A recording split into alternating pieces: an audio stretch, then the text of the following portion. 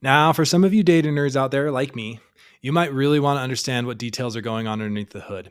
And in fact, maybe you have enterprise data volumes, and some of these costs do actually matter. So let's turn the dial up a little bit here. Let's say you have 50 million events per day.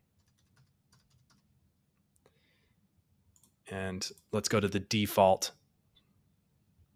storage mechanism. We'll show you what this looks like. Now, you might be spending $230 a month, which is still at an enterprise level, probably not. Nobody's seeing the difference in a monthly budget based on this, but there's still some things you can do. You might go, how do we save some money? And you can switch to physical bytes storage billing. Now, for the GA4 data, so that the way this works is the physical bytes storage billing is twice as expensive as the logical bytes storage billing model. So Google doesn't do this automatically for you because they don't know, they can't predict on a day-by-day basis how compressible your data is. So they don't optimize, they don't lean towards physical bytes billing by default. But for GA4 type of data, because the events types are not too, don't vary too much, there's a lot of consistency in the data, it's pretty compressible. Most of the time, you can calculate this if you go into your BigQuery console. And I'm talking to the enterprise folks here who are familiar with the console.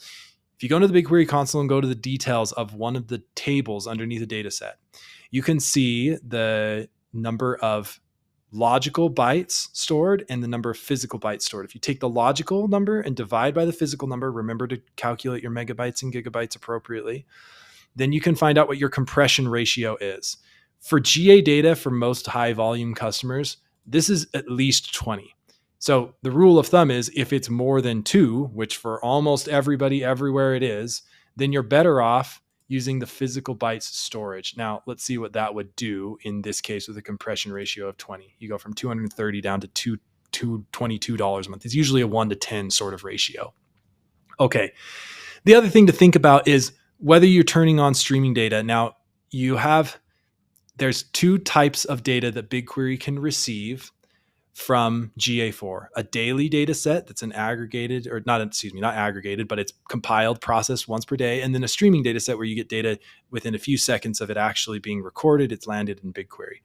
That streaming data set has a little bit of cost to it. If you turn on streaming, let's look at the difference here between $23 a month and now we're at $29 a month for 50 million daily events. So our recommendation is just turn the streaming on. If you think you may ever have a intraday question, which at this volume you probably do, then you should have the streaming data on, and the cost is really, really negligible.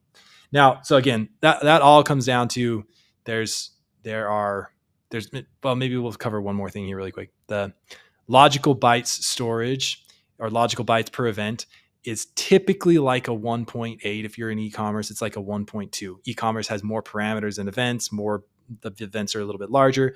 You can get this by looking at one of the rows or one of the shards in your GA4 data sets that are in BigQuery. You can take the number of bytes in that shard divided by the number of rows, which is equal to the number of events, and you can find out how many kilobytes. Again, you can be careful of your kilobyte to megabyte to gigabyte conversions. Typically it's a 1.8 for e-com. It might be something like a 1.2 for B2B or lead gen. That changes, again, not too much and in the projections. And then also, if your data is more than 90 days old and it hasn't been written to, that same shard hasn't been written to, then it goes into long-term billing, which is cheaper. So we anticipate that everything that's over 90 days old in your months of history is billed at a long-term billing rate. Okay, that's storage. We'll cover in a little bit more detail later what goes into compute costs and the key things that you can do to reduce compute costs, because you'll see at this volume, if you are using queries in the console, connecting Looker Studio, and you're processing data regularly, you could be at $5,000 a month. And that's a pretty optimized number. There's certainly ways you can get better than that. But that's a non-trivial cost now. And there's things that we can do to optimize that. We'll talk about those in a later video.